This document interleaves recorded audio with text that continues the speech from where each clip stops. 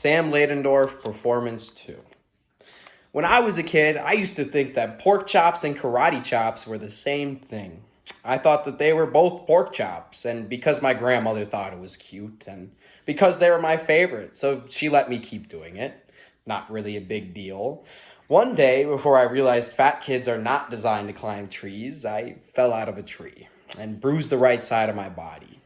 I didn't want to tell my grandmother about it because I was afraid I'd get in trouble for playing somewhere I shouldn't have been.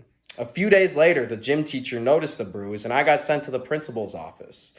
From there, I was sent to another small room with a really nice lady who asked me all kinds of questions about my life at home. I saw no reason to lie. As far as I was concerned, life was pretty good. I told her whenever I'm sad, my grandmother gives me karate chops. This led to a full-scale investigation, and I was moved from the house for 3 days until they finally decided to ask how I got the bruises. News of this silly little story quickly spread through the school, and I earned my first nickname, Pork Chop. To this day, I hate pork chops. And I'm not the only kid who grew up this way, surrounded by people who used to say that rhyme about sticks and stones, as if broken bones hurt more than the names we got called, and we got called them all, so we grew up believing no one would ever fall in love with us, that we'd be lonely forever, that we'd never meet someone to make us feel like the sun was something they built for us in their tool shed. So broken heartstrings bled the blues as we tried to empty ourselves so we would feel nothing. Don't tell me that hurts less than a broken bone, that an ingrown life is something surgeons can cut away, that there's no way for it to metastasize. It does. She was only 8 years old our first day of grade 3 when she got called ugly, and we both got moved to the back of class so we would stop being bombarded by spitballs. But the school halls were a battleground where we found ourselves outnumbered day after wretched day, where we used to stay inside for recess because outside was worse.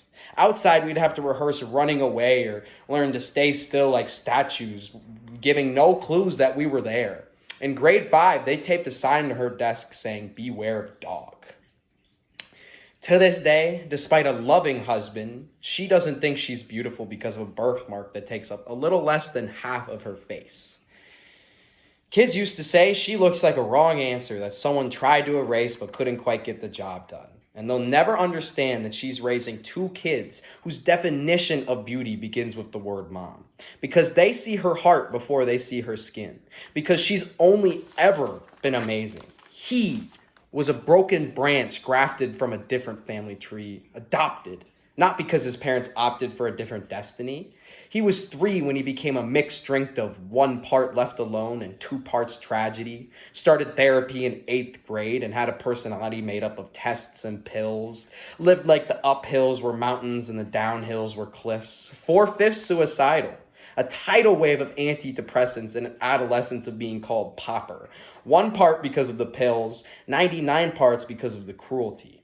He tried to kill himself in grade 10, when a kid who could still go home to his mom and dad had the audacity to tell him to get over it, as if depression is something that can be remedied by any of the contents found in a first aid kit. To this day, he is a stick of TNT lit from both ends, could describe to you in detail the way the sky bends and the moments before it's about to fall. And despite an army of friends who call him an inspiration, he remains a conversation piece between people who can't understand sometimes being drug-free has less to do with addiction and more to do with sanity. We weren't the only kids who grew up this way. To this day, kids are still being called names. The classics were, "Hey, stupid," "Hey, spaz." Seems like every school is an arsenal of names getting updated every year. And if a kid breaks into a school and no one chooses to hear, do they make a sound? Are they just the background noise of a soundtrack stuck on repeat when people say things like, "Kids can be cruel"? Every school was a big top circus tent, and the pecking order went from acrobats to lion tamers, from clowns to carnies. All of these were miles ahead of who we were. We were the freaks, lobster claw boys and bearded ladies, oddities, juggling depression and loneliness, playing solitaire, spin the bottle, trying to kiss the wounded parts of ourselves and heal. But at night, while the others slept, we kept walking the tightrope. It was practice. And yet, Some of us fell. But I want to tell them that all of this shit is just debris left over from when we finally decide to smash all the things we thought we used to be. That we thought we used to be. And if you can't see anything beautiful about yourself, get a better mirror.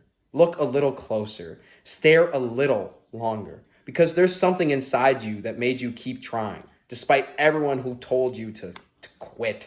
You built a cast around your broken heart and signed it yourself. You signed it.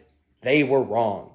Because maybe you didn't belong to a group or a clique. Maybe they decided to pick you last for basketball and everything that maybe you used to bring bruises and broken teeth to show and tell, but never told, because how can you hold your ground if everyone around you wants to bury you beneath it?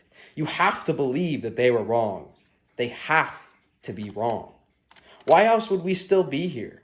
We grew up learning to cheer on the underdog because we see ourselves in them. We stem from a root planted in belief. That was not who we are, what we are called. We are not abandoned cars stalled out and sitting empty on a highway. And if in some way we are, don't worry. We'll only get out to walk and get gas. We are graduating members from the class of fuck off, we made it. And not the faded echoes of voices crying out, names will never hurt me. Of course they did. But our lives will only ever always continue to be a balancing act that has less to do with pain and more to do with beauty.